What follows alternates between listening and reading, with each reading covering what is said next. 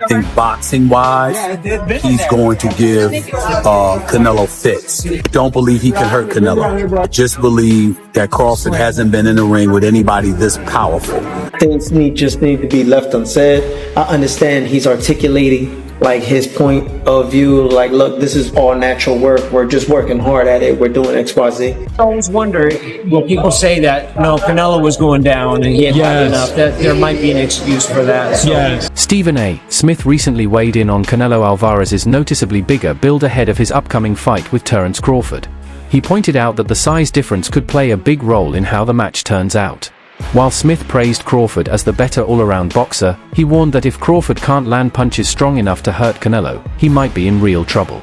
His comments underline growing concerns about whether the physical mismatch could tip the balance in this much-anticipated showdown. You know what, I think my initial reaction would be to say that I think that Crawford would be the superior boxer, as great as Canelo is, as seasoned as he is, with 65 fights, if I recall, on his record. I think boxing-wise, he's going to give Canelo fits. Don't believe he can hurt Canelo. Just believe that Crawford hasn't been in the ring with anybody this powerful. Again, Crawford is the superior boxer. But if he can't hurt Canelo, he can't keep him off of him. He says it's a legacy fight, and he believes he can do the same, and he wants to do the same against a fighter the caliber of Canelo Alvarez, which is why we haven't really seen him in the ring against anybody else. Fortunately, that's the business of boxing. He's a victim of it, not a villain. Eddie Reynoso, Canelo Alvarez's longtime trainer, has spoken out about the ongoing accusations linking him to performance-enhancing drugs in boxing. Over the years, some have claimed that fighters training at his gym may have used banned substances, but Reynoso firmly denies any involvement. He made it clear that his fighters, including Canelo, handle their own nutrition plans, and he doesn't play a role in what they eat or what supplements they take. With the spotlight on Canelo ahead of his fight against Terence Crawford, Reynoso's statement aims to put rumors to rest.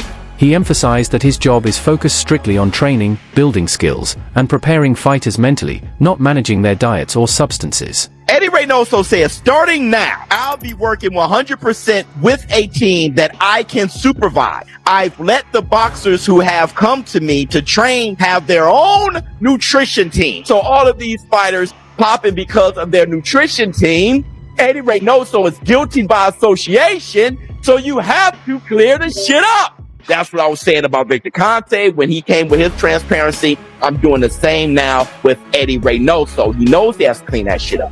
I suggest to Eddie Reynoso, if you're going to be 100% in control of the nutrition team, join Snacks. They got hyper-exfoliated, futuristic, hydraulic chain. Get Nello on Snacks. Hey, brother, Nello on Snacks with the futuristic 1.121 gigawatt, brother, please. Eddie Reynoso has trained several fighters, reportedly 7, who have failed drug tests during their careers. However, he firmly rejects any suggestion that this reflects on Canelo Alvarez. Reynoso stressed that each case is different and that every athlete is personally responsible for what they consume. As for Canelo, Reynoso says he's always followed a clean regimen and is especially cautious about everything he eats or takes as a supplement. Boxing corruption at its absolute finest, but how does it connect to Eddie Reynoso and Canelo team? So Rodriguez Jr. failed his test after the Galal fight. He set the record for the most punches landed in that fight. It even prompted people like Sonny Edwards during the fight to say, this is weird. And yet, he will not be punished. In fact, he'll be kind of rewarded because he's going to get ordered an immediate rematch for the WBC belt. The only thing he's got to do is have a 12-month probation period with random testing. Now, the WB are doing this because they have ruled it proven unintentional use. It just so happened he took stuff that was extremely beneficial to his conditioning. Here is the WBC official statement. Feel free to pause this and read it. But what's it got to do with these two fine gentlemen? Well, Rodriguez Jr. is part of Canelo team, and he was rumoured to be managed by Eddie Reynoso. Eddie Reynoso since came out and said, no, I don't manage him, blah blah blah, and he distanced himself. Now why that's important is because Eddie Reynoso has been connected to, I think now, 6 or 7 fighters who have all failed their drugs tests. The rumour around town, now this is just a rumour, and definitely not true, is that these two may have smoothed things over with the WBC, maybe used their position of power to get Rodriguez Jr. a bit of a lenient sentence, put it that way. Again, that's not true, I've just completely made that up. But what is unbelievable is a fighter nowadays can actually fail a drugs test and not be punished whatsoever. In fact, can be rewarded.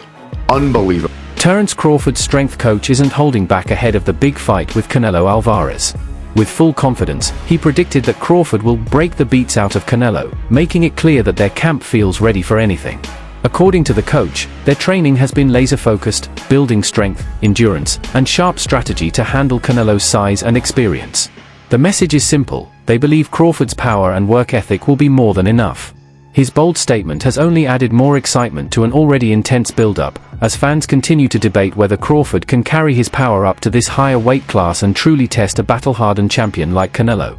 Listen, I get a lot of texts asking how I'm doing, how camp is going, so I figured I could just put it up in one post. So I'm in the mountains. This dude's about to beat the brakes off Canelo and be the greatest boxer of all time, and I get to play a part in it.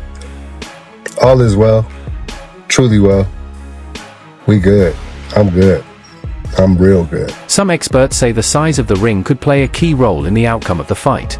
If it's a standard-sized ring, Terence Crawford would have more space to move, use his speed, and stay out of Canelo Alvarez's range. That could work in Crawford's favor, especially since Canelo has had trouble in the past with fighters who keep their distance and use quick footwork, like in his loss to Dmitry Bivol. When Canelo is forced to chase rather than trade punches up close, he tends to get thrown off his rhythm. So, if the ring gives Crawford room to move, he could control the pace and pick his shots.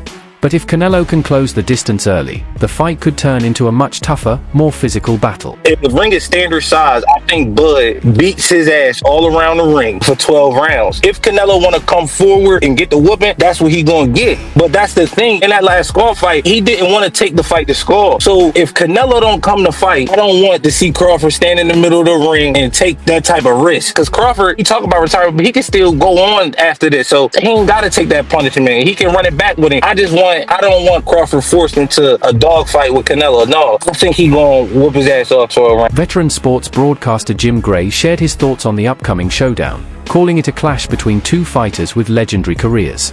He praised Canelo Alvarez for his long-standing success across several weight classes and gave Terence Crawford equal credit for dominating his division. Gray's take was respectful and balanced, showing just how much both men are valued in the sport. He noted that this fight isn't just about belts, it's about legacy, with both fighters aiming to cement their place in boxing history. I think we want to see the best fight the best. And even though there's been a difference in weight divisions here, I think that, people clamor for big names and big fights and guys who are great to fight each other. So being for the institution, and I am for the institution of boxing, I think Canelo has been great for boxing, and I think Terence Crawford has been great for boxing. So how this is going to play out exactly, I don't know. Terence Crawford is older, and Canelo has twice as many rounds.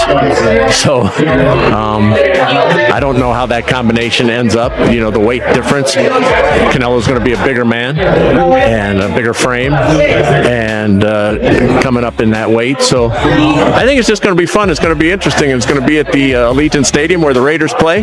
And it's going to be filled up, and we're going to have a huge night for boxing for the world to see. One follow-up, do you feel like Terence Crawford has the style to cause Canelo problems?